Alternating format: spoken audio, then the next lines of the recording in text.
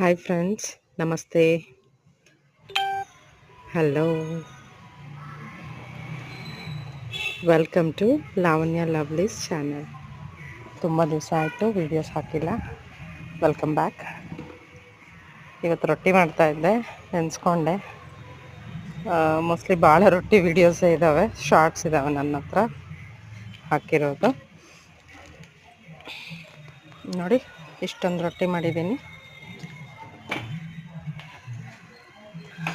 ರೊಟ್ಟಿಗೆ ದಾಲ್ ತಡ್ಕ ಥರ ಮಾಡ್ತಾರಲ್ಲ, ಅದು ನುಗ್ಗೆ ಸೊಪ್ಪು ಹಾಕಿ ದಾಲ್ ಮಾಡಿದ್ದೀನಿ. ತುಂಬ ಟೇಸ್ಟಿಯಾಗಿ ಬಂದಿದೆ. ಆ್ಯಕ್ಚುಲಿ ದಾಲ್ ಕಾಣಿಸ್ತಾ ಇಲ್ಲ, ಕತ್ಲಾಗಿದೆ. ಒಂದು ನಿಮಿಷ ತೋರಿಸ್ತೀನಿ.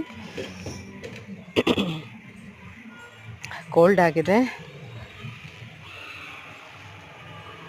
ನೋಡಿ, ತುಂಬ ಟೇಸ್ಟಿಯಾಗಿದೆ ದಾಲ್. ಅದು ರೋಟಿಗೆ ತುಂಬ ಚೆನ್ನಾಗಿರುತ್ತೆ, ಜೋಳದ ರೊಟ್ಟಿಗೆ.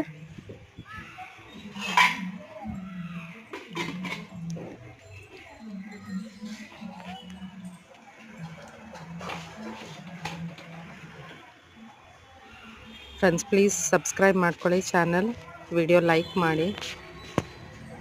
ರೊಟ್ಟಿ ಮಾಡೋದು ತೋರಿಸ್ತಾ ಇದ್ದೀನಿ ಹೇಗೆ ಅಂತ.